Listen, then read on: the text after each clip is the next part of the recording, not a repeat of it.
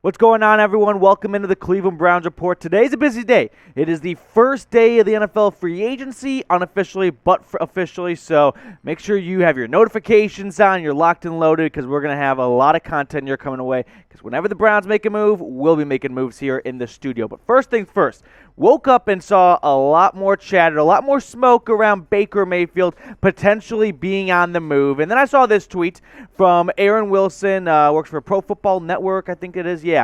Source, Browns not entirely sold 100% on going forward with Baker Mayfield. Fielding exploratory trade calls. Very interesting stuff, because Andrew Berry and Kevin Stefanski told us a couple months ago Baker Mayfield is the guy going forward. And all of a sudden, maybe not so, right? Maybe there's someone out there that could persuade them to go a different direction. Not going to be Russell Wilson, not going to be Aaron Rodgers, but I think it could be someone like Deshaun Watson, a name that has all of a sudden blown up on Browns Twitter timelines and Twitter feeds because he's on the move, and it could be to Cleveland. Now, before we dive into this a little bit more, I want to get your take on it. Do you want the Browns to trade Baker Mayfield? Flat out. Y for yes, N for no. I'm going to have a lot of people commenting, are you kidding? He was hurt in 2021. Don't judge him on that. But at the same time, you really want to pass up on getting someone like Deshaun Watson. I understand there's a lot of baggage that goes along with that. And if you want to pass on that, you're not wrong for that. I wouldn't blame you for it.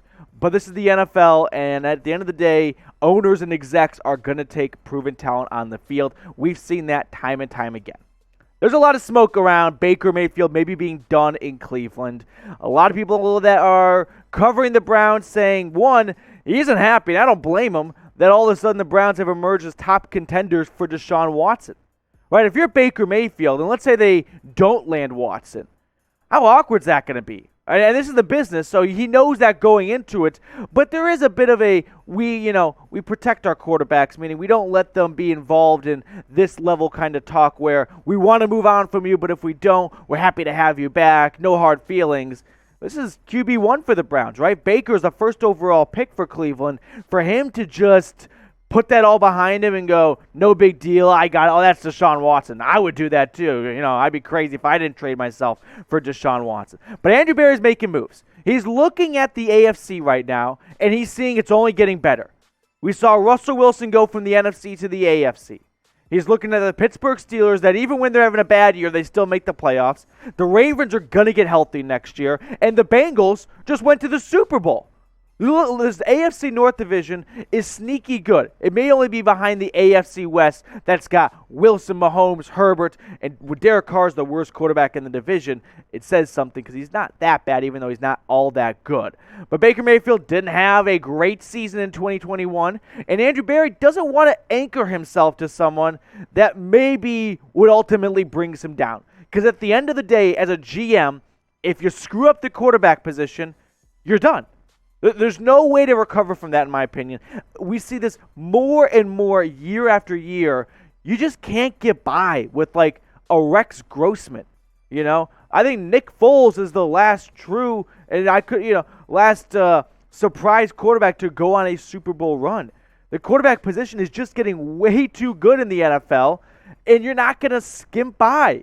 And if Berry thinks Baker is not a top 6 quarterback, and you need a top 6 quarterback or whatever number it is, 8, I don't care. We love to rank things here in the U.S.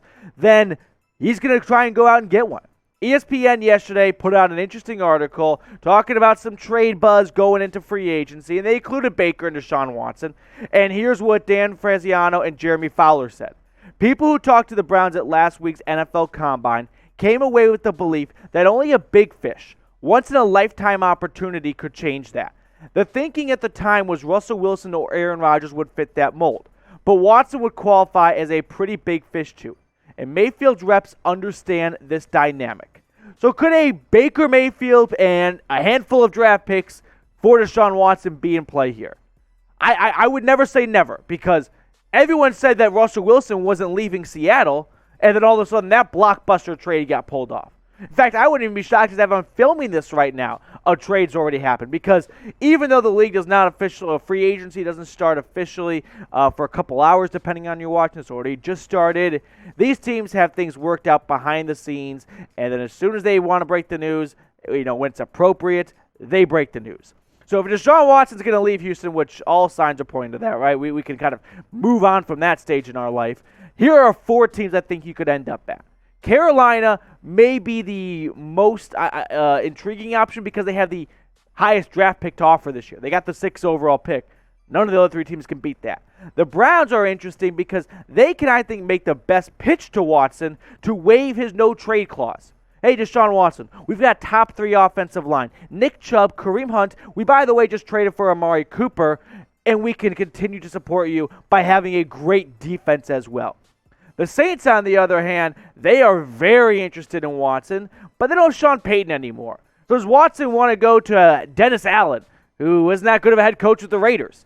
And then you've got the Seahawks, who, as an organization, haven't done right by a lot of their veterans. They didn't even tell Bobby Wagner they were cutting him. Russell Wilson wanted to leave there. Richard Sherman was Mr. Seahawk, and he badmouthed Seattle at this point so much that he went to play with their rival, the 49ers, and their Legion of Boom completely fell apart. I just don't think maybe Watson wants to go to an organization that has a bit of a history now of not treating their franchise players the best, doing something to make them want to leave town or not get a nice kiss on the cheek before they left. Now, predict it for me, though. Where do you think Watson's going to play in 2022?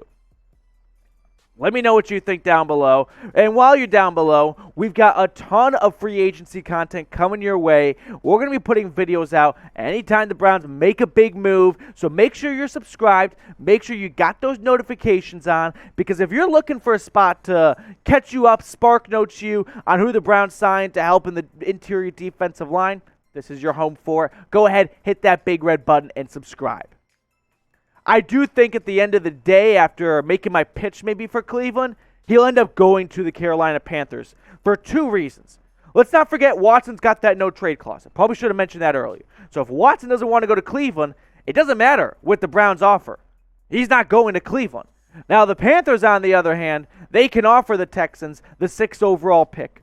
No other team can offer them, except for the Seahawks, a top 10 pick, which they had the 9th overall pick now. And there's just been a lot of inklings to Carolina. They've been in the running for quite some time. Cleveland may be a little too late to the party. If a trade were to happen, I think it looks something like this. I think this is what the Texans would want. The Browns get Deshaun Watson, and if Barry only got Cooper basically for a 5th, somehow he negotiates a 6th-rounder to come back. But that's neither near nor there. The Texans, though, this is what you want to hear. They get a 1st and a 2nd in this year, plus Baker Mayfield. A 1st and a 2nd, plus an impact player, but not a top Denzel Ward or Greg Newsome, but a Greedy Williams. And then another 1st. So that's 3 firsts, 2 seconds, Baker Mayfield, and Greedy Williams. Maybe that's a bit too much because you're already tossing in Baker, so do you need to have all that draft capital support it? But what we've heard the entire time was that the Texans, they want 3 firsts. So now it's up to other teams to try and outbid each other with a 2nd and maybe some players to go along with it. What do you think, though? Now it's time for you to put on Andrew Berry's hat, sit in his chair. Would you do this trade? A for accept, D for decline. You get Deshaun Watson, but it's not cheap. It's a lot. I know giving up 3 firsts and 2 seconds, especially with the small sample size we've seen of Berry's drafting, it's worked out pretty well. Right? Jedrick Wills, maybe not a home run pick, but he's not a bust. Greg Newsome was great in his rookie year. JOK was a phenomenal 2nd-round pick. Delpit, when he's been on the field, has been a great pick, and hopefully we see more and more of that now. So I get that you look at those 4 picks right there and think he's pretty good at drafting early in the draft. But at the end of the day, I always say this.